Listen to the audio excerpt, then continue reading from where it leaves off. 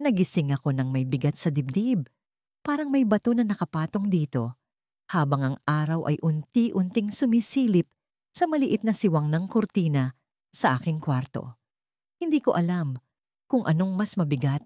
Ang tiyan ko na ngayon ay lumalaki na o ang katotohanang mag-isa akong haharap sa lahat ng ito. Walang sumalubong na, "Kamusta ka?" O "Kumain ka na ba?" Sa akin, walang mga yakap, walang mga salitang magpapagaan ng nararamdaman ko. Walang siya. Siya. Si Marco. Ang lalaking minahal ko ng higit sa sarili ko. Ang lalaking pinaniwalaan kong magiging kasama ko sa bawat laban, sa bawat paghinga, sa bawat umaga. Pero mali pala ako. Napakasakit tanggapin na ang taong pinagkatiwalaan ko ng buhay ko, ng puso ko, ay siya ring unang bumitaw. Hindi pa rin ako makapaniwala sa nangyari noong gabing yon. Walang babala, walang senyales. Parang kidlat sa kalangitan na bigla na lang bumulusok. Isang gabi, habang magkasama kaming kumakain ng hapunan, napansin ko ang pagiging tahimik niya. Hindi siya tulad ng dati, na palaging may kwento tungkol sa trabaho, sa kaibigan, o kahit sa simpleng traffic sa EDSA. Sa halip, nakatitig lang siya sa plato, parang may iniisip na malalim. "Marco, may problema ba?" Tanong ko, habang sinubukan kong gawing magaan ang tono ng boses ko. Alam kong may mali, pero ayoko siyang pilitin. Tumingala siya sa akin, at sa unang pagkakataon ay nakita ko ang isang ekspresyon na hindi ko pa nakikita sa kanya dati. Pag-aalinlangan. "Bea," simula niya, sabay hinga ng malalim. "Alam ko na buntis ka." Tumango ako, pilit na ngumiti. "Oo. Pero sinabi ko naman sa'yo, hindi ba? Wala kang dapat ikatakot. Magkasama natin itong haharapin. Magiging masaya tayo. Pangako ko yon." Hindi siya sumagot. Sa halip tumayo siya mula sa upuan, naglakad papunta sa bintana at tumingin sa labas. "Bea, hindi ko kaya." Biglang lumamig ang kwarto. Parang may humigop ng hangin sa paligid at ang bawat segundo ay tila mabagal na dumaan. "Ano ang ibig mong sabihin?" Tanong ko, kahit alam ko na sa puso ko ang sagot. Ibig kong sabihin, hindi ko kaya ang responsibilidad na ito. Hindi ko kaya ang buhay na inaasahan mo para sa akin. Hindi ko kaya maging ama. Ang mga salitang iyon ay tumama sa akin tulad ng mga saksak sa dibdib. Parang dinurog ako ng buo, pero pilit kong pinanatili ang lakas ko. "Marco, magkasama tayo dito. Hindi kita pinilit. Ginusto mo rin ito, hindi ba? Ipinangako mong hindi mo ako iiwan. Sabi mo, mahal mo ako. Sabi mo, kahit anong mangyari, nandyan ka." Hindi ko na malayang tumutulo na pala ang mga luha ko. Hindi ko alam kung galit o lungkot ang nararamdaman ko, o pareho. Hindi siya umimik. Tumalikod siya sa akin, at sa simpleng kilos na yon, alam kong wala nang babalikan. "Bea, pasensya na. Pero hindi kita kayang panagutan. Hindi kita kayang bigyan ng buhay na deserve mo. Hindi ko kayang maging parte ng buhay ng bata. Mas mabuti pang maghiwalay na tayo." Tumakbo ako palapit sa kanya, hinawakan ko ang braso niya. Pilit siyang pinipigilan. "Marco, huwag. Hindi mo pwedeng gawin sa akin to. Hindi mo pwedeng talikuran ng anak mo. Paano ako? Paano kami?" Dahan-dahan niyang inalis ang kamay ko mula sa braso niya. Hindi man lang tumingin sa akin. "Bea, patawarin mo ako. Pero ito ang tama para sa akin." At sa gabing yon, iniwan niya ako. Walang salita, walang paliwanag, wala. Iniwan niya ako na parang wala kaming pinagsamahan, na parang hindi niya ako minahal kahit kailan. Iniwan niya ako na parang basura. Ngayon, ito ako, isang babaeng nag-iisa, nagdadala ng buhay sa sinapupunan, umaasa na magiging sapat ang lakas ko para sa lahat ng ito. Pero paano nga ba? Paano ko haharapin ang lahat ng mag-isa? Ang mga tao sa paligid ko, ang mga tanong na hindi ko kayang sagutin, ang mga usap-usapan na tiyak kong darating. Hindi ko alam kung kakayanin ko. Sa mga araw na lumipas, pilit kong iniintindi ang nangyari. Nasa trabaho ako, pero wala akong konsentrasyon. Nasa jeep ako, pero hindi ko mapigilan ang pagluha. Nasa bahay ako, pero ang katahimikan ay parang sinisigawan ako ng hindi ka sapat. Paulit-ulit kong iniisip ang gabing iniwan niya ako, ang bawat salita niyang binitiwan, ang bawat kilos na parang sinilyuhan ang bagong realidad ko. Ang sakit, hindi nawawala. Ang sugat, lalong lumalalim. Isang gabi, habang nakaupo ako sa kama, hawak ang ultrasound ng anak ko, napansin ko ang isang sulat na kanina pa pala, nakapatong sa lamesa. Walang pangalan ng sobre, pero naroon ang logo ng ospital kung saan ako nagpapakonsulta. Binuksan ko ang sulat at ang unang linya ay nagpatigil sa tibok ng puso ko. Bea, kailangan mong bumalik sa ospital para sa karagdagang pagsusuri. May nakita kaming hindi pangkaraniwan sa iyong ultrasound. Napanganga ako, hindi makapagsalita. Ramdam ko ang malamig na pawis sa aking noo, ang biglang pagbilis ng tibok ng puso ko. Ano ang ibig sabihin nito? Ano ang hindi pangkaraniwan? Hindi ko alam kung anong mas nakakatakot, ang posibilidad na may problema sa anak ko o ang ideya na baka wala akong magawa para sa kanya. Tumitig ako sa sulat. Ang mga salitang iyon ay parang bumabalot sa akin ng takot. Ang sakit na nararamdaman ko ay biglang nadoble at ang bigat sa dibdib ko ay lalong bumigat. Hindi ko alam kung paano haharapin ang bagong balita na ito. Pero isang bagay ang malinaw. Mag-isa ko itong kakayanin. Mag-isa kong lalaban. Ngunit sa likod ng lahat ng takot, may bahagi ng puso ko ang nagtatanong, kung nandito si Marco, magbabago kaya ang lahat? Nagsimula ang lahat nang magising akong mag-isa sa kwarto. Ang mga unan na iniwan niyang magulo ay wala ng amoy niya. Ang bawat sulok ng kwarto ay tahimik. Mas tahimik kaysa sa dati. Mas malamig. Hindi ko alam kung bakit parang may kakaibang bigat ang araw na yon. Hindi na siya tumawag. Hindi na siya nag-text. Sa mga panahong iyon, alam ko na. Iniwan niya na ako. 4 na buwan akong buntis nang mangyari iyon. Sa una, hindi ko pa masyadong nadarama ang bigat ng sitwasyon. Pinilit kong magsikap, magpatuloy, magpanggap na okay lamang. Pero sa gabi, sa tuwing mag-isa ako, hindi ko maiwasang umiyak. Bumabalik sa akin ang mga alaala. Ang mga pangako niya, ang mga yakap, ang mga tingin na akala ko ay panghabang buhay. Bakit ganito? Bakit ako? Walang sagot ang mga tanong ko. Wala siyang iniwang paliwanag.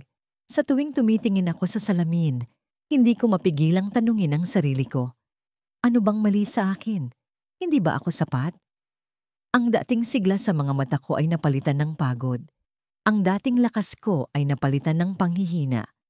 Hindi ko alam kung paano ko haharapin ang lahat ng ito. Ang tanging alam ko ay may buhay na nasa loob ng tiyan ko at siya ang kailangan kong ipaglaban. Kahit mahirap, bumalik ako sa trabaho. Iniwasan ko ang mga usapan. Hindi ko sinabi sa kahit sino ang totoo. Wala akong lakas para ipaliwanag ang sakit na dinadala ko. Ang tingin ng mga katrabaho ko sa akin ay parang wala akong iniindang problema. Hindi nila alam na sa bawat ngiti ko, may nakatagong luha. Sa bawat hakbang ko, may bigat na hindi nila nakikita. Pagdating sa bahay, sinusubukan kong magpakatatag. Pinilit kong itago ang galit, ang lungkot, ang takot. Pero paano mo itatago ang sakit kung gabi-gabi itong bumabalik? Ang katahimikan ng bahay ay parang bumubulong sa akin ng mga salita ng pangungutya. Mag-isa ka na lang, hindi ka niya mahal, iniwan ka niya. At sa bawat bulong, unti-unting nadurog ang puso ko. Isang gabi, nagising ako sa tunog ng ulan. Malakas ang bagyo. Bumangon ako para magsara ng bintana at sa paglingon ko sa mesa, nakita ko ang mga larawan namin na nakapatong pa rin doon. Hindi ko alam kung bakit hindi ko pa rin iyon tinatanggal. Gusto ko na sanang itapon, pero hindi ko magawa. Parang may bahagi sa akin na umaasa pa rin, na babalik siya, natatawag siya, nasasabihin niyang nagkamali siya. Pero alam ko na ang katotohanan, hindi na yung mangyayari. Lumipas ang mga buwan. Unti-unti kong natutunan kung paano mag-isa. Naging mas matatag ako kahit pa mahirap. Pero sa bawat araw na lumilipas, nararamdaman ko ang takot na lumalaki. Paano kung hindi ko kayanin? Paano kung hindi ko maibigay ang lahat ng kailangan ng anak ko? Paano kung hindi ako maging mabuting ina? Ang mga tanong na ito ay parang mga anino na sumusunod sa akin, hindi ako tinatantanan.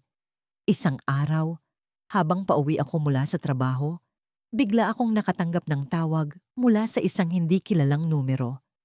Hindi ko alam kung sino yon, pero sinagot ko pa rin. Hello? Tanong ko, medyo kinakabahan. Sa kabilang linya, isang malalim na boses ang narinig ko.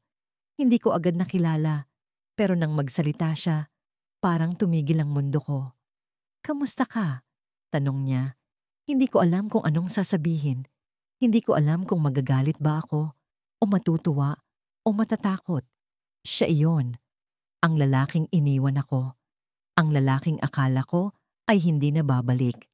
Ang lalaking nagdulot ng pinakamalaking sakit sa buhay ko. Anong kailangan mo? Sagot ko. Pilit pinipigilan ang panginginig ng boses ko. Hindi ko siya binigyan ng pagkakataong magsalita pa. Ayoko nang marinig ang mga paliwanag niya, ang mga dahilan niya.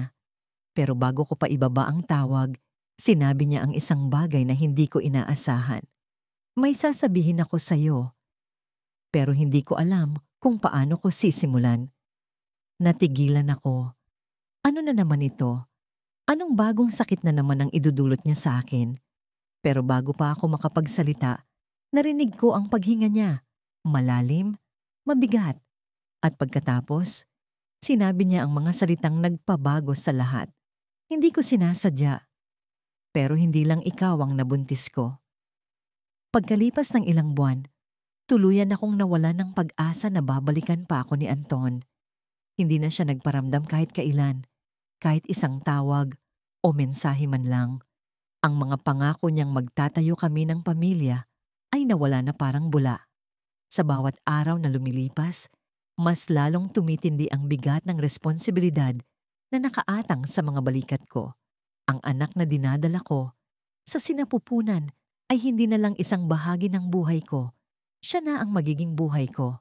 Isang hapon, nagliligpit ako ng mga damit na ipinamigay ng kapitbahay nang makarinig ako ng katok sa pintuan.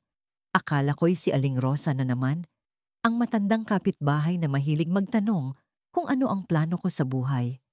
Pero pagbungad ko sa pinto, nanlamig ang buo kong katawan, si Anton. Nakasuot siya ng magarang polo at mukhang bagong ligo. Nginitian niya ako, pero naramdaman kong hindi ko kayang suklian yon. Para siyang multo na bigla na lang bumalik matapos akong iwan sa kadiliman. Hindi ako nakapagsalita agad. Kamusta ka na, Mia? Tanong niya, tila walang nangyari. Napansin ko ang pag-angat ng kilay niya nang makita ang tiyan ko. Malaki na pala. Malaki na, oo. At ikaw? Bakit ka nandito? Sagot ko. Pilit tinatago ang puot sa boses ko. Gusto lang kitang kamustahin. Matagal na rin, di ba? Sagot niya. Pero may bahid ng pagkailang sa tono. Hindi siya makatingin ng diretso sa akin. Alam kong may mali, may dahilan, kung bakit siya biglang nagpakita. Kung yan lang ang dahilan mo, Anton, wala kang business dito. Hindi kita kailangan. Ang anak ko, hindi ka rin kailangan. Sagot ko ng matigas. Gusto kong ipakita sa kanya na hindi ako mahina. Kahit pa parang gusto kong bumagsak sa sahig sa sobrang bigat ng nararamdaman ko. Pero hindi siya umalis.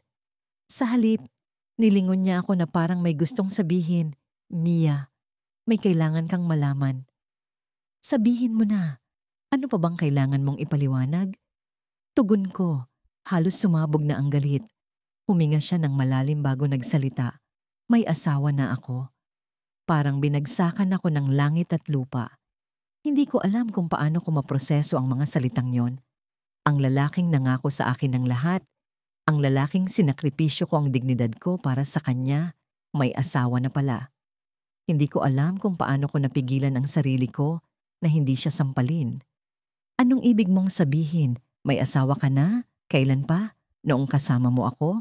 Noong iniwan mo ako? Sunod-sunod kong tanong, halos hindi ko na mahanap ang tamang tono ng boses ko. Tumango siya, pero hindi siya tumingin sa akin. Noong iniwan kita, nagkaroon ng problema sa trabaho. Napilitang bumalik ang pamilya ko sa probinsya. Doon ko nakilala si Liza. Hindi ko inasahan, Mia. Nangyari lang. Nangyari lang? Nangyari lang. Anton, iniwan mo ako nang walang kahit anong babala. Tapos sasabihin mo sa akin na nangyari lang. Naramdaman ko ang pag-init ng mukha ko. Punong-puno na ako. Gusto kong isigaw ang lahat ng sakit na nararamdaman ko. Pero natatakot akong marinig ng kapitbahay. Huwag mo nang palakihin, Mia. Kaya nga ako nandito. Gusto ko lang ayusin to. Gusto kong maging klaro. Hindi ko magagawang panindigan kayo ng anak natin. Hindi ko magagawang maging ama niya. Ang sakit ng mga salitang yon ay parang kutsilyong paulit-ulit na itinutusok sa puso ko. Ang bata na dinadala ko, na pinapangarap kong magkaroon ng ama. Hindi niya mararanasan yon. Hindi ko alam kung anong mas masakit. Ang katotohanang hindi na ako ang mahal ni Anton o ang katotohanang wala siyang balak panagutan ng anak namin. Umalis ka na, Anton. Hindi kita kailangan dito. Hindi mo kailangan sabihin pa ang lahat ng ito. Alam ko na. Alam ko na matagal ka nang wala. At sa totoo lang, mas mabuti nang wala ka kaysa nandito ka para lang ipakita kung gaano kaduwag. Napansin kong bahagya siyang napayuko, pero hindi siya tumutol. Tumalikod siya at nagsimulang maglakad palayo. Pero bago siya tuluyang mawala sa paningin ko, bigla siyang huminto at nilingon ako. Mia, isang bagay lang. Kung sakaling dumating ang araw na kailangan mo ng tulong, huwag kang mag-atubiling ipaalam sa akin. Hindi man kita kayang panagutan, pero hindi ko rin kayang baliwalain kayo ng tuluyan. Hindi ko alam kung bakit niya sinabi iyon, pero alam kong hindi iyon sapat. Hindi iyong kasagutan sa lahat ng sakit at hirap na iniwan niya sa akin.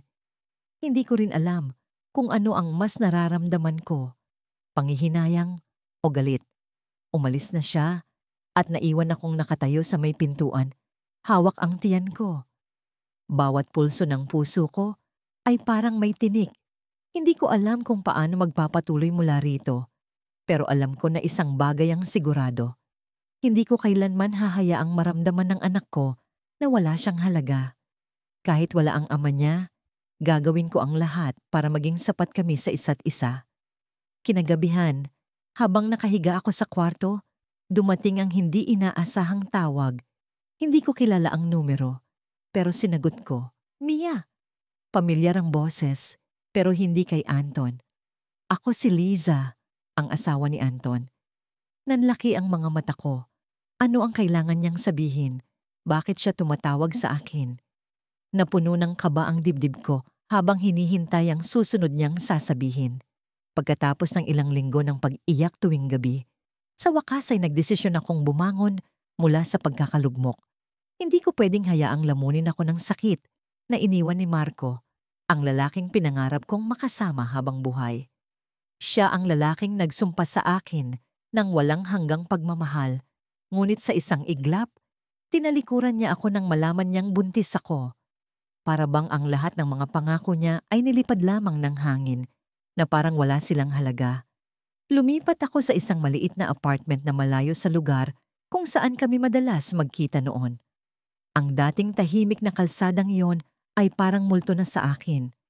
Bawat sulok ay may alaala ng mga yakap, halik at ng mga pangarap na hindi na matutupad. Sa bagong tirahan ko, wala akong kakilala. Tahimik ang paligid, pero sa loob ng aking isip, isang bagyong hindi maawat ang nagngangalit.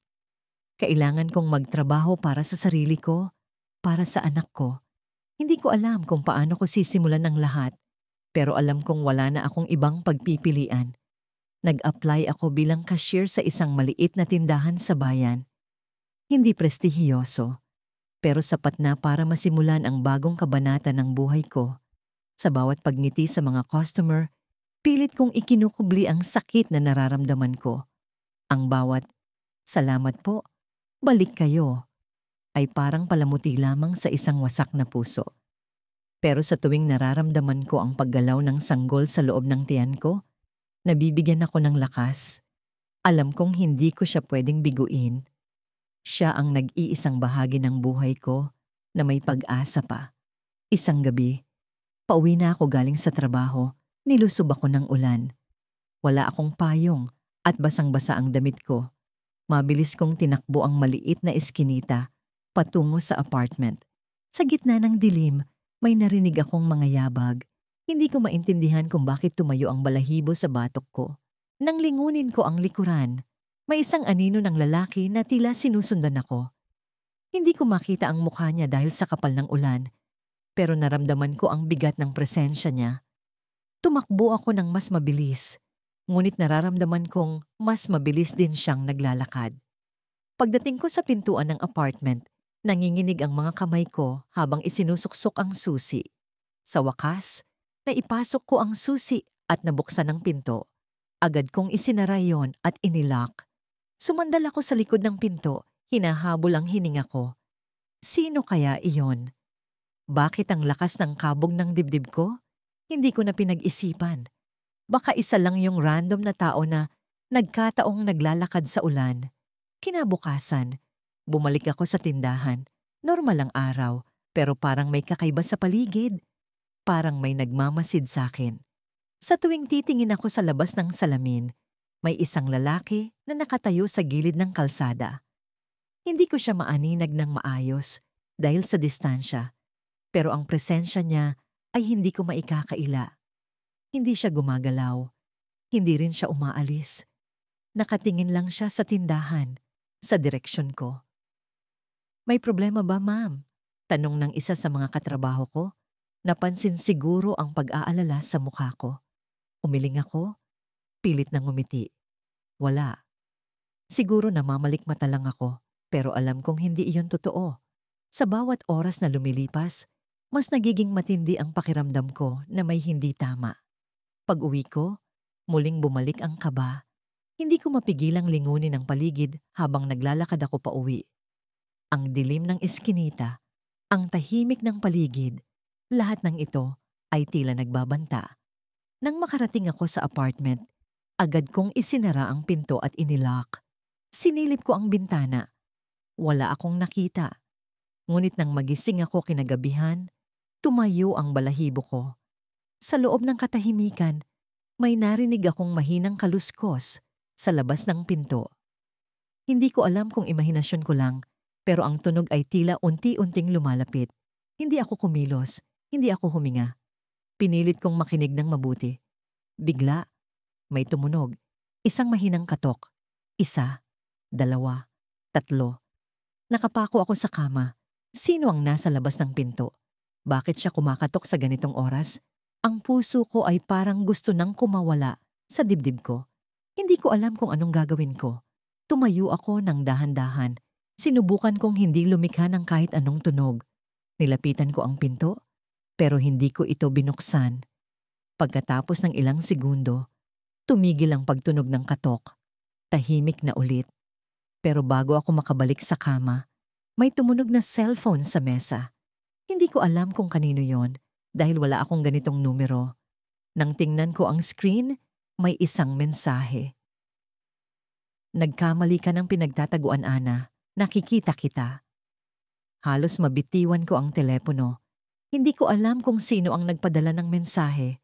Pero ang pangalan ko, ang presensya niya, ang misteryong bumabalot sa paligid, lahat ng ito ay nagtutulak sa akin sa gilid ng buhangin. Sino siya?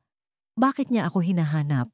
Nanginginig ang mga kamay ko habang tinabunan ko ang telepono ng unan. Ngunit kahit anong gawin ko, ang mga salitang iyon ay paulit-ulit na bumabalik sa isip ko. Sino ang lalaking iyon? At ano ang gusto niyang mangyari sa akin? Nang gabing iyon, parang may kung anong bumubulong sa akin na huwag akong umiyak.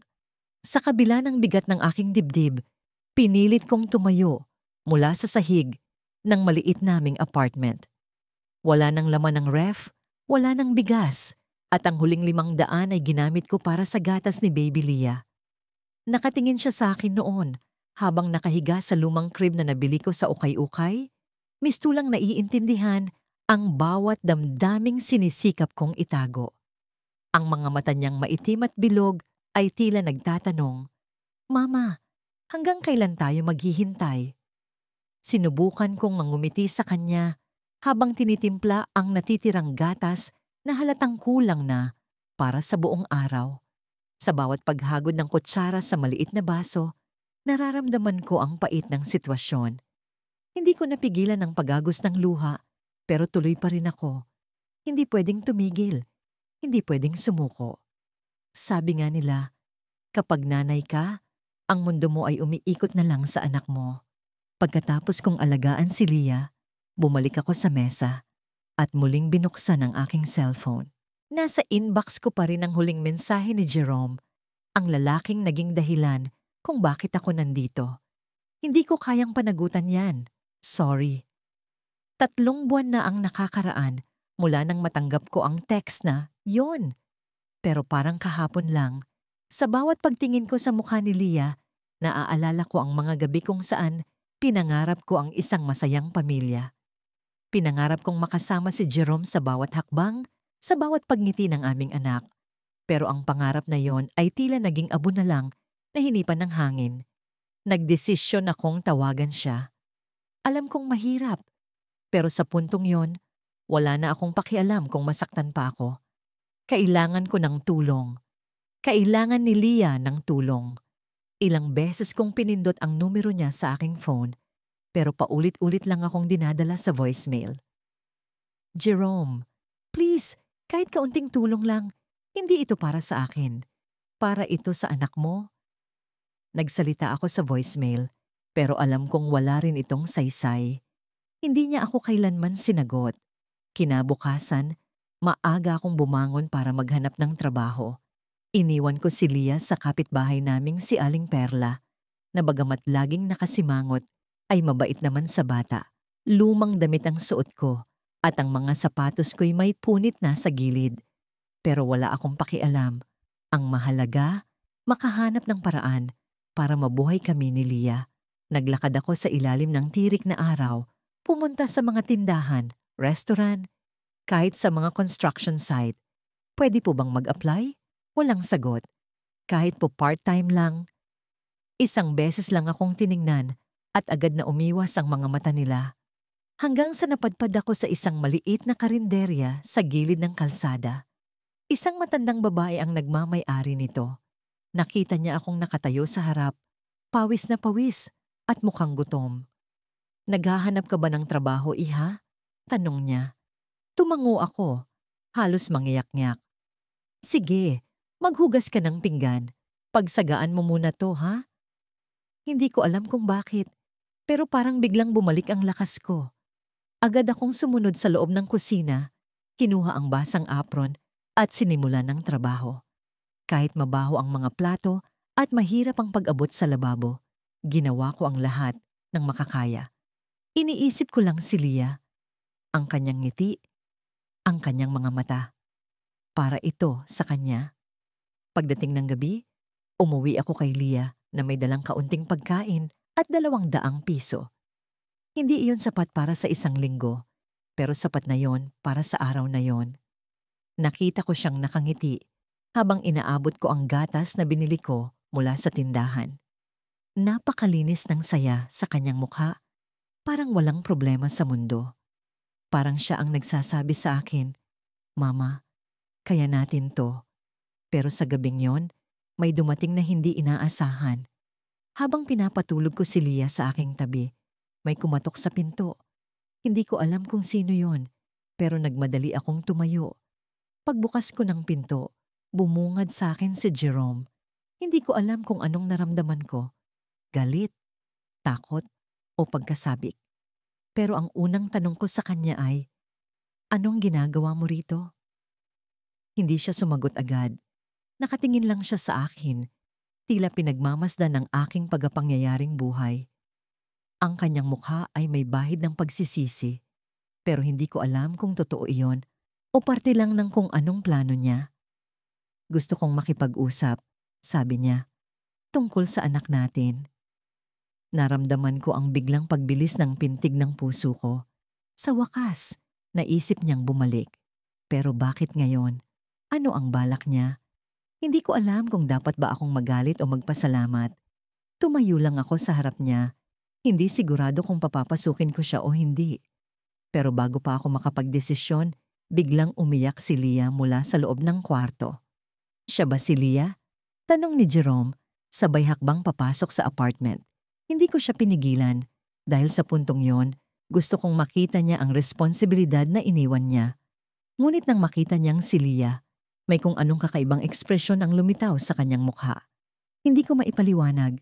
Halong takot, galit, at hindi maipaliwanag na emosyon. Jerome, ano ba talaga ang gusto mo? Tanong ko sa kanya. Halos sumisigaw. Pero bago pa siya makasagot, may binitawan siyang mga salitang nagpatigil sa akin. Hindi siya anak ko. Pagkatapos ng ilang linggo na tila ba ako'y isang aninong gumagala sa sarili kong buhay, isang umaga, natagpuan ko ang sarili kong nakatayo sa harap ng salamin. Ang salamin na ito, noon pa man, ay saksi sa lahat ng aking mga pangarap at takot. Ngayon, ang salamin ay tila nagpapakita ng isang babaeng hindi ko nakilala. Ang mga mata ko, na dati puno ng pag-asa, ay ngayon parang dalawang balon na tuyot. Ang pisngi ko, na dati mapula tulad ng rosas, ay ngayon maputlang parang papel. Hindi pwedeng ganito na lang. Bulong ko sa sarili ko habang hinahaplos ang umbok ng tiyan ko. 6 na buwan na.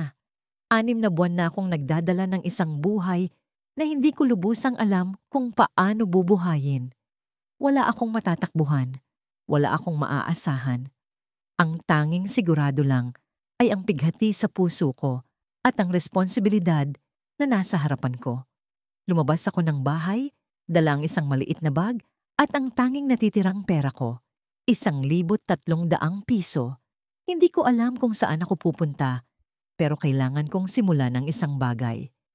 Hindi ko kayang magmukmok na lang sa kwarto habang ang mundo ay patuloy na umiikot. Masyado na akong nasaktan sa ginawa ni Marco, ang lalaking nangako sa akin ng langit, pero iniwan akong nakalugmok sa impyerno. Si Marco, ang lalaking minahal ko ng buo. Ang lalaking akala ko'y magiging ama ng anak ko. Ngunit nang sabihin ko sa kanya ang balita, bigla siyang nagbago.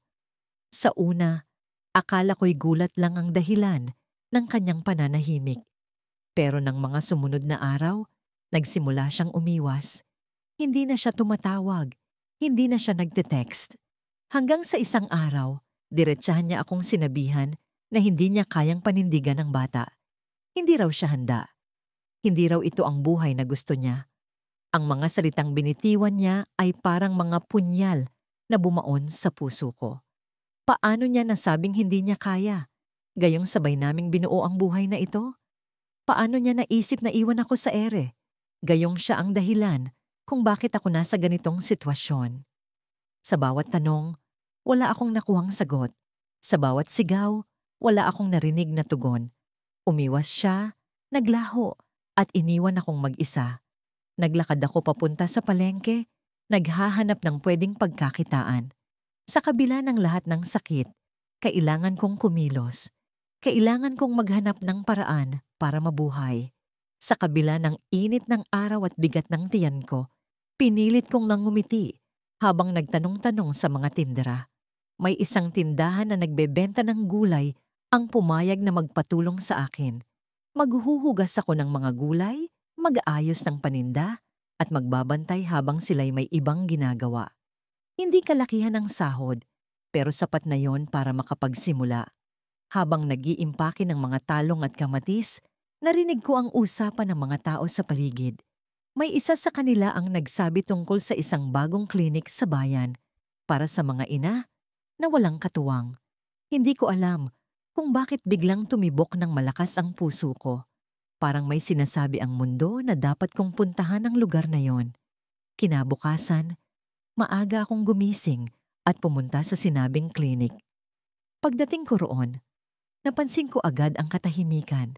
Maliit ang lugar, pero maayos at malinis. May mga poster sa dingding tungkol sa pangangalaga sa mga buntis. Habang naghihintay ako sa pila, may lumapit na nurse at nakipag-usap sa akin. Mabait siya at tila ba alam niyang may mabigat akong dinadala. "Okay ka lang ba, ma'am?" Tanong niya sa isang tono na parang inaalo ako. "Hindi ko po alam," sagot ko.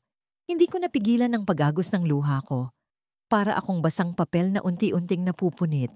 Hindi ko na kayang itago ang sakit, ang takot, ang galit. "Oh ma'am, huwag kang mag-alala.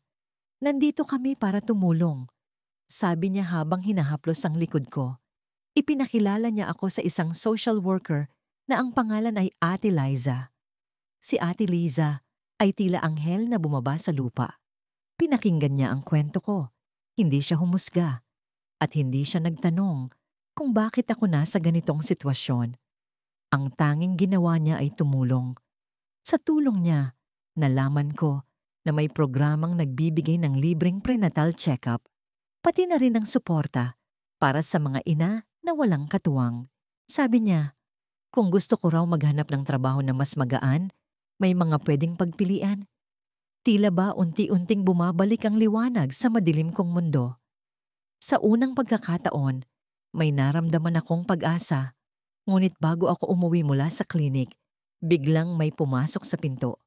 Ang lalaki, matangkad, maayos ang damit, at may hawak na folder. Isang bagay ang agad na pumukaw sa atensyon ko, ang kanyang mga mata. Mga matang hindi ko inaasahan na makikita ko ulit. Si Marco. Tumayo ako, nanigas ang buong katawan ko. Ang mga mata niya ay tila ba naghanap sa paligid at nang magtagpo ang aming tingin, bigla siyang natigilan. Ang mukha niya, na dati puno ng pagmamahal, ngayon ay puno ng guilt. Nakita ko kung paano siya napapikit, parang sinasabi sa sarili niya na hindi dapat kami nag-cruise ng landas. "Marco?" Tanong ko, isang salitang puno ng tanong, galit at sakit. Ngunit bago pa siya makasagot, lumapit sa kanya ang isang nurse at tinawag siyang Sir. Hindi ko alam kung anong mas masakit, ang makita siyang muli o ang malaman na tila ba may dahilan kung bakit siya narito. Nakahiga ako sa manipis na kutsyon sa sahig ng inuupahan kong kwarto. Ang liwanag ng bombilya ay malabo at tila wala na ring lakas, kagaya ng pakiramdam ko. Tahimik ang gabi, pero ang katawan ko, ang isip ko, hindi. Hindi ko na kayang pigilan ang pag-iyak. Naririnig ko ang mahinang paghinga ni baby na natutulog sa tabi ko. Pero sa bawat hakbang ng paghinga niya ay nagiging mas mabigat ang dibdib ko. Hindi ko alam kung paano kami magsisimula ulit. Hindi ko alam kung paano ko bubuin ang basag na piraso ng buhay ko. Nakilala ko si Enrico sa isang birthday party ng kaibigan ko. Mabilis ang mga pangyayari, parang pelikula. Napakabait niya, maginoo, at ang tingin niya sa akin ay tila ako ang pinakamahalagang babae sa mundo. Hindi ko akalaing sa likod ng mga matatamis na salita at ng mga pangakong tila ginto ay may nakatagong dilim. Sa simula, naniwala akong siya ang sagot sa lahat ng dasal ko. Ngunit ngayon, narito ako, nag-iisa, iniwan sa ere, at hindi ko alam kung paano haharapin ang bukas. 3 buwan na ang nakakalipas mula nang malaman kong buntis ako. Nang sabihin ko kay Enrico ang tungkol sa bata, nakita ko sa mata niya ang takot. Pero hindi ko akalain na ang takot na yon ang magiging dahilan ng pagkawalan niya. "Hindi ko kayang panindigan yan, Mia. Hindi pa ako handa," sabi niya, sabay talikod. Ang mga salitang iyon ang nagmamarka sa simula ng kalbaryo ko. Hindi na siya nagpakita, hindi na sumagot sa mga tawag o mensahe ko. Tila naglaho siya na parang usok. Sa bawat araw na lumilipas, nararamdaman ko ang bigat ng responsibilidad. Hindi ako makapagtrabaho ng maayos dahil sa pagbubuntis at ng mga anak ko, mas lalo pang lumala ang sitwasyon. Ang mga dating kaibigan na palaging naroon para sa akin ay tila naglaho rin. Marahil dahil sa kahihiyan o sa pag-aakalang hihingi ako ng tulong. Wala akong magawa, kundi kumapit sa mga natitirang piraso ng lakas ko. Si baby ang dahilan kung bakit hindi ako sumusuko. Pero minsan, kahit siya, hindi sapat para magpatuloy ako. Kanina, habang pinapatulog ko siya, nakatanggap ako ng tawag mula sa landlady. "Mia, 3 buwan ka nang hindi nagbabayad ng renta. Kung hindi ka makapagbayad hanggang sa Sabado, kailangan mo nang umalis. Sinubukan kong magpaliwanag, pero hindi siya nakinig. Hindi ko siya masisisi. Negosyo ang inuupahan ko at wala akong karapatan na magmakaawa. Pero ang tanong ko, saan kami pupunta? Wala na akong pamilya na matatakbuhan. Ang nanay ko, galit sa akin dahil sa nangyari at ang tatay ko, matagal nang wala. Ang mga kamag-anak ko sa probinsya ay may kani-kaniyang buhay. Parang wala akong puwang sa mundo. Sa kabila ng lahat, kailangan kong lumaban. Kaya't kinabukasan, lumabas ako para maghanap ng trabaho. Bitbit ko si baby, nakasakay kami sa jeep at pakiramdam ko lahat ng mata ng tao ay nakatuon sa akin. Nakakahiya, pero wala akong panahon para magpakasensitibo. Ang mahalaga, makahanap ako ng paraan para mabuhay kami. Nagpunta ako sa iba't ibang lugar, nagtanong sa mga tindahan, sa mga opisina, pero paulit-ulit ang sagot nila. Pasensya na, wala kaming posisyon para sa ngayon. Nakaramdam ako ng panghihina, pero hindi pwede. Hindi pwede akong sumuko. Sa huling opisina na pinuntahan ko, isang maliit na printing shop, may nakita akong lalaki na nakatingin sa akin habang hawak-hawak ko si baby. Miss, naghahanap ka ba ng trabaho? Tanong niya. Tumango ako. Kahit na parang nanginginig na ang tuhod ko sa pagod. Nagpakilala siya bilang Leo, ang may-ari ng shop. Sinabi niyang kailangan niya ng assistant para mag-organize ng mga orders at maglinis ng shop. Hindi kalakihan ang sahod, pero sapat na para may panimula kami. Pwede ka nang magsimula bukas, sabi niya. Hindi ko alam kung bakit, pero parang may kakaiba sa tingin niya. Hindi siya tulad ng ibang tao na parang nag-aalinlangan sa sitwasyon ko. May tiwala siya. At sa unang pagkakataon, nakaramdam ako ng pag-asa. Pag-uwi namin ni baby, mas magaan ang pakiramdam ko. Pero sa pagpasok ko sa kwarto, may nakapatong na papel sa ilalim ng pintuan. Ang sulat mula sa landlady, paalala tungkol sa deadline ng renta. Sa kabila ng bagong trabaho, alam kong hindi sapat ang unang sweldo ko para bayaran ang utang. Kailangan ko ng milagro. Nakatingin ako sa papel at naramdaman ko ang galit, ang takot, ang panghihina. Parang gusto kong sumigaw. Pero tahimik lang ako. Pinipigil ang lahat. Habang pinapatulog ko si baby, may kumatok sa pinto. Hindi ko inaasahan ang bisita, kaya't nagdahan-dahan akong lumapit. Pagbukas ko, tumambad sa akin ang isang pamilyar na mukha. Si Enrico. Nakangiti siya, parang walang nangyari. Mia, pwede ba tayong mag-usap? Tanong niya. Hindi ako makapagsalita. Gusto kong isara ang pinto. Pero ang mga paa ko, tila nakapako sa sahig. May dala siyang sobre at iniabot niya ito sa akin. Para ito sa inyo. Alam kong nagkamali ako, pero gusto kong bumawi. Binuksan ko ang sobre at ang laman nito'y pera. Malaking halaga. Hindi ko alam kung magagalit ako o matutuwa. Pero bago pa ako makapagdesisyon, nagsalita ulit siya.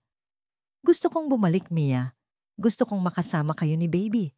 Nakatitig ako sa kanya, nagtatalo ang puso at isip ko. Pero bago ko pa masagot ang sinabi niya, may narinig akong tawag mula sa likod niya. Isang babae, nakasuot ng pulang bestida, tumawag sa pangalan niya. Enrico, kanina pa kita hinihintay. Ano ba ginagawa mo dyan? Napalunok ako at napansin ko ang mga mata ni Enrico, may halong kaba at pag-aalala. Hindi ko alam kung ano ang nangyayari, pero ang tanging alam ko, hindi ito ang sagot sa mga problema ko. Pagkalipas ng ilang linggo mula nang iniwan ako ni Luis, unti-unti kong naramdaman ang bigat ng realidad. Hindi na ako nagtataka kung bakit bigla na lang siyang nawala. Malinaw na sa kanya, isang pagkakamali lang ang lahat ng nangyari sa amin. Pero para sa akin, hindi ito simpleng pagkakamali. May buhay na lumalaki sa loob ko, isang buhay na hindi niya kayang panagutan. Isang gabi, habang nakaupo ako sa gilid ng kama, hawak ang isang lumang framed picture namin ni Luis na kinuha noong masaya pa kami. Naramdaman kong bumagsak ang luha ko sa salamin. Hindi ko na mapigil ang galit, sakit at takot na bumabagabag sa akin. Paano ko ito haharapin mag-isa? Paano ko bubuhayin ang anak ko kung ang mundo ko mismo ay parang bumagsak na? Nagsimula akong magtrabaho bilang cashier sa isang maliit na grocery store sa kanto. Hindi iyon ang pinangarap ko para sa sarili ko, pero alam kong wala na akong ibang mapagpipilian. Ang bawat sentimo na kinikita ko ay iniipon ko para sa darating na panganganak. Ang mga magulang ko, kahit na naroon, halata ang pagkadismaya sa akin. Hindi nila sinasabi ng diretsyo, pero ramdam ko sa bawat tingin nila, sa bawat tanong kung kailan ako mag-aasawa, kung kailan darating ang lalaking magtatama ng buhay ko. Pinilit kong magpatuloy kahit pa ang bawat araw ay parang laban. Sa tuwing may magtatanong kung sino ang ama ng bata, nararamdaman kong lumiliit ako. Tila lahat ng tao sa paligid ko ay may opinyon, may hatol. May mga pagkakataon pang ang naririnig ko ang bulong ng mga kapitbahay na parang mga kutsilyong tumutusok sa likod ko. Isang araw, dumating si Marisa sa bahay. Matagal na kaming hindi nagkikita mula nang mangyari ang gulo kay Luis. Siya ang pinakamatalik kong kaibigan at alam kong siya lang ang taong hindi ako huhusgahan. Pero may kakaiba sa ekspresyon niya nang pumasok siya sa sala. Halata ang kaba sa kilos niya at ang mga mata niya ay tila may gustong sabihin pero hindi niya alam kung paano sisimulan. May sasabihin ako sa'yo. Anya halatang nagdadalawang isip, pero huwag kang magagalit. Lumingon ako sa kanya. Pilit pinapanatili ang kalma. Ano iyon? Tanong ko, habang tinatanggal ang mga munting laruan na binili ko para sa bata mula sa plastic bag. Tumitig siya sa akin. Tila nag-aalangan pa rin. Si Luis. Nakita ko siya kanina. Bigla akong natigil. Ang puso ko, na akala ko'y sanay na sa sakit, ay muling bumilis ang tibok. Saan? Tanong ko, halos hindi na makahinga. Sa mall, sagot niya. Kasama niya ang isang babae. Mukhang may anak na rin sila. Hindi ko alam kung paano ko tatanggapin ang mga salitang yon. Parang may sumabog na bomba sa dibdib ko. Ang lalaking iniwan ako nang walang kahit anong paliwanag ay masaya na ulit. May bagong pamilya na siya. Habang ako, pilit na binubuo ang buhay ko mula sa pagkawasak. Sigurado ka ba? Tanong ko, pero alam ko sa tono ni Marisa na hindi siya nagsisinungaling. Tumango siya. Halatang iniinda ang bigat ng sinabi. Pasensya ka na, pero parang ang saya nila. Mukhang wala siyang balak bumalik sa'yo. Hindi ko na napigilan ang galit ko. Tumayo ako, halos mabitawan ang mga laruan sa kamay ko. Ang saya nila. Habang ako, iniwan niya rito na parang walang nangyari. Habang ang anak niya, walang ama. Alam kong masakit, pero ayokong magtago sa'yo ng ganito. Mahirap, pero kailangan mo itong malaman. Sagot ni Marisa. Sinubukang hawakan ng balikat ko. Naglakad-lakad ako sa loob ng bahay, pilit nilalabanan ng mga luha. Hindi ko alam kung dapat ba akong magalit kay Luis, sa babae o sa sarili ko. Ang alam ko lang, hindi ko kayang tanggapin na ganito na lang ang buhay ko. Alam mo ba ang address nila? Tanong ko bigla kay Marisa. Napaatras siya, halatang nagulat sa tanong ko. Hindi ko alam, pero huwag mo nang habulin, baka masaktan ka lang lalo. Hindi ko pinansin ang babala niya. Sa kabila ng lahat ng sakit, isang bagay lang ang sigurado ko. Kailangan kong makita si Luis. Hindi ko alam kung para saan. Para magtanong, para magalit, o para ipakita sa kanya ang anak na hindi niya kailanman inamin. Pero kailangan kong makita siya. Kailangan kong malaman kung talagang wala na siyang pakialam. Kinabukasan, hindi ako mapakali. Nagpaalam ako sa trabaho ng mas maaga. At sa halip na umuwi agad, dumiretso ako sa mall na sinabi ni Marisa. Hindi ko alam kung ano ang plano ko, pero ang puso ko, puno ng determinasyon. Pumunta ako sa bawat sulok, sa bawat tindahan, umaasang makita siya. Sa bawat hakbang, nagdarasal akong mali ang lahat ng sinabi ni Marisa na hindi totoo ang nakita niya. At doon, Sa isang coffee shop sa sulok ng mall, nakita ko siya. Si Luis, nakangiti, hawak ang kamay ng isang babae. Sa tabi nila, may batang nakaupo sa stroller, tumatawa habang sinasayaw ni Luis ang kanyang mga daliri. Tumigil ang mundo ko. Hindi ko alam kung paano ako nakatayo pa. Ang lalaki na minahal ko, na pinangarap kong magtatayo ng pamilya kasama ko, ay naroon, masaya. Parang walang bakas ng sakit na iniwan niya sa akin. At ang pinakamasakit, ang batang naroon. Ang bata ay may parehong mga mata tulad ng kay Luis. Sino siya? Kailan nagsimula ang lahat ng ito? At bakit parang ako lang ang naiwan sa kawalan? Lumapit ako. Hindi iniinda ang takot o hiya. Pero bago pa man ako makalapit ng husto, lumingon si Luis. At nang magtama ang mga mata namin, bigla siyang tumayo. Hawak ang braso ng babae. Claire! Sambit niya, halos pabulong. Ngunit bago pa siya makapagsalita pa, umalingaw-ngaw ang boses ng babae. Luis, sino siya? Tanong niya. Halata ang pagtataka. Napalunok si Luis, pero hindi niya ako tinignan ulit. Sa halip, hinawakan niya ang kamay ng babae at bumulong, umalis tayo. At sa harapan ko, si Luis, ang lalaki na inaakala kong magiging bahagi ng buhay ko, magpakailanman ay muling tumakbo palayo. Pagkalipas ng ilang buwan mula nang iwanan ako ni Arnel, unti-unti kong naramdaman ang bigat ng bawat araw. Parang ang mga oras ay bumibilis, ngunit ang hapdi ay nananatili. Ang tiyan ko ay lumalaki na, at kasabay nito ang mga tanong ng mga tao sa paligid. Hindi ko alam kung kanino ako magtitiwala. Sa bawat paglalakad ko sa palengke, sa bawat pag-upo ko sa jeep, tila may mga mata na nakatingin sa akin. Humuhusga, nagtatanong. Hindi ko maipaliwanag kung alin ang mas masakit. Ang pagkawala ni Arnel o ang mga mata ng mga tao na tila pinupunit ang pagkatao ko. Nagdesisyon akong tumigil sa pagtatrabaho sa maliit na opisina kung saan ako dati sekretary. Hindi ko na kayang harapin ang mga tanong ng mga katrabaho ko. Ang simpleng, "Kumusta ka na?" ay parang punyal sa dibdib ko. Kaya't nagpaalam ako sa boss ko nang hindi na nagpaliwanag. Mula noon, sa bahay na lang ako, binabantayan ang pag-usbong ng sariling kalbaryo habang inaasikaso ang mga pangangailangan ng nanay ko na may rayuma.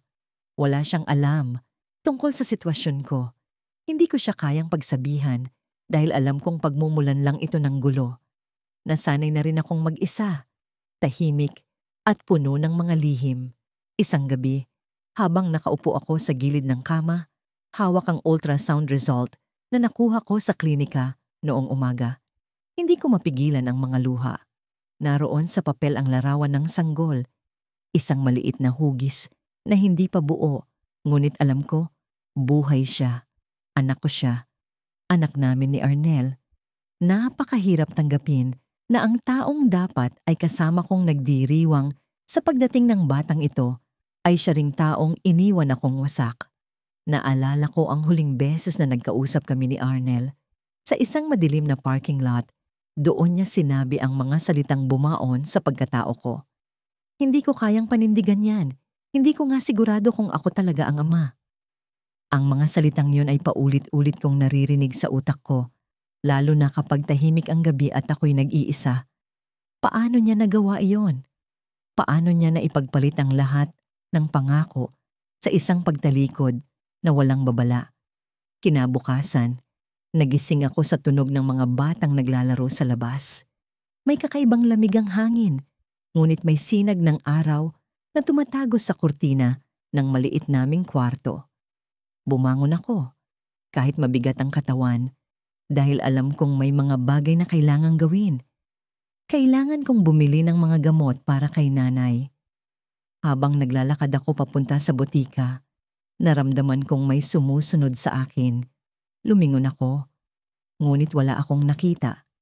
Nagpatuloy ako sa paglalakad, iniisip na baka paranoia lang ito.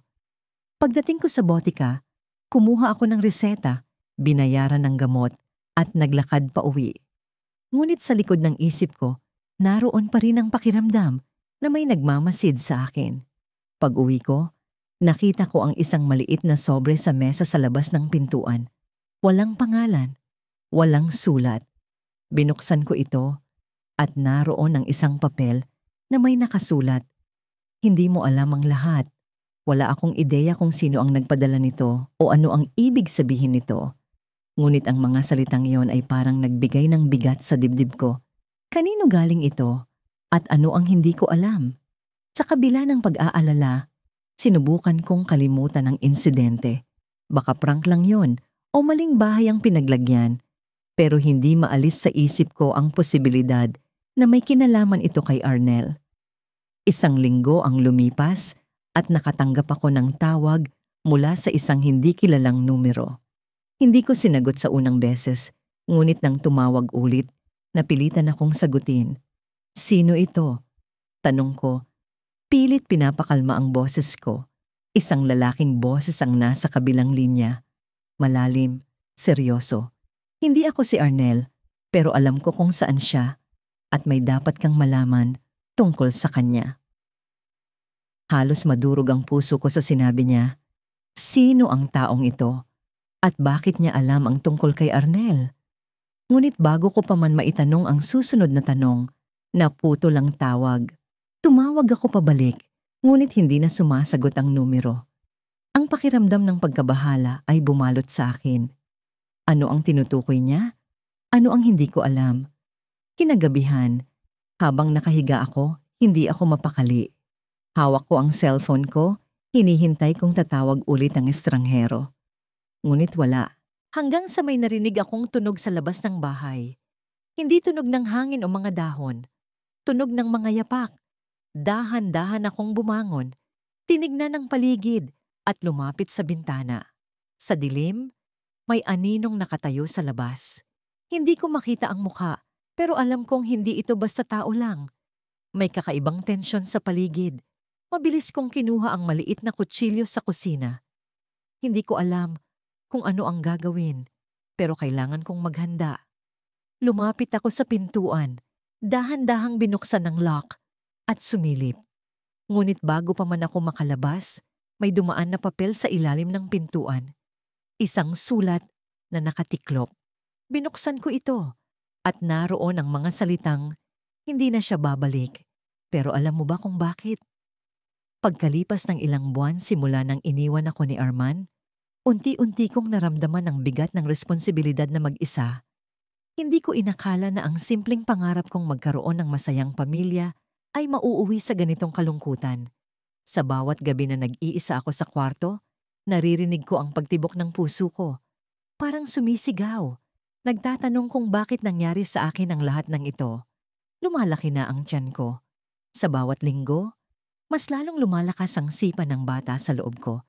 Parang sinasabi niya na hindi ako mag-isa. Pero kahit pa ganon, hindi ko maiwasang mag-alala. Paano ko bubuhayin ang anak ko? Paano ako magpapatuloy sa buhay kung ang taong akala ko'y magiging sandigan ko ay iniwan akong parang basurang wala ng halaga? Hindi ko na rin muling narinig mula kay Arman. Walang tawag, walang mensahe. Kahit ang mga kaibigan namin ay tila naglaho kasabay ng pagkawala niya. Parang sinadya niyang punitin ang koneksyon namin. Ang lahat ng bakas na mag-uugnay sa aming dalawa. Isang beses, nagpunta ako sa bahay nila. Nandun ang nanay niya, pero hindi niya ako pinapasok. Hindi ka namin kilala. Malamig niyang sabi, sabay sara ng pinto. Ang sakit, parang sinampal ako ng realidad na kahit ang pamilya niya ay nilayuan ako. Sa kabila ng lahat, pinilit kong magpakatatag. Naghanap ako ng trabaho kahit hirap na ang katawan ko dahil sa pagbubuntis. Natanggap ako bilang cashier sa isang maliit na tindahan. Hindi kalakihan ng sweldo, pero sapat na para may pantustos sa mga prenatal check-up ko. Ang araw-araw na pagbibilang ng sukli at pagtayo sa harap ng counter ay naging paraan para pansamantalang makalimutan ang sakit. Pero sa tuwing uuwi ako sa gabi, bumabalik ang lahat ng alaala. Ang mga pangako ni Arman, ang mga plano naming magkasama, ang yakap niya noong una pa lang naming nalaman na magiging magulang kami. Lahat ng yon naglaho. Isang araw, habang nag-aayos ako ng mga paninda sa tindahan, may pumasok na lalaki. Nakasuot siya ng itim na jacket at may suot na cap, kaya hindi ko agad nakita ang mukha niya. Nagtanong siya tungkol sa isang produkto at nang itaas niya ang tingin, halos malaglag ang hawak kong paninda. Si Arman. Nasa harapan ko siya, buhay, humihinga, parang walang nangyari. Lira. Tawag niya sa pangalan ko, pero hindi ko alam kung paano ako tutugon. Gusto kong sumigaw, gusto kong magtanong, pero ang buong katawan ko ay tila nanigas. Hindi ko alam kung galit ang nararamdaman ko, o takot, o lungkot. Halos hindi ako makapagsalita. Anong ginagawa mo dito? Tanong ko. Halos pabulong. Pero ramdam ang panginginig sa boses ko. Hindi siya agad sumagot. Tumitig lang siya sa akin.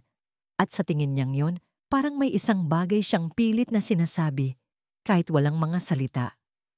Kailangan kitang kausapin, sabi niya. Paunti-unti, parang nag-aalangan. Wala na tayong dapat pag-usapan, sagot ko. Pero ramdam ko ang bigat ng bawat salitang binitawan ko. Sa totoo lang, gusto kong marinig kung anong dahilan niya, kung bakit niya ako iniwan. Pero takot akong masaktan ulit. Takot akong bumalik sa dating sugat na halos hindi pa gumagaling.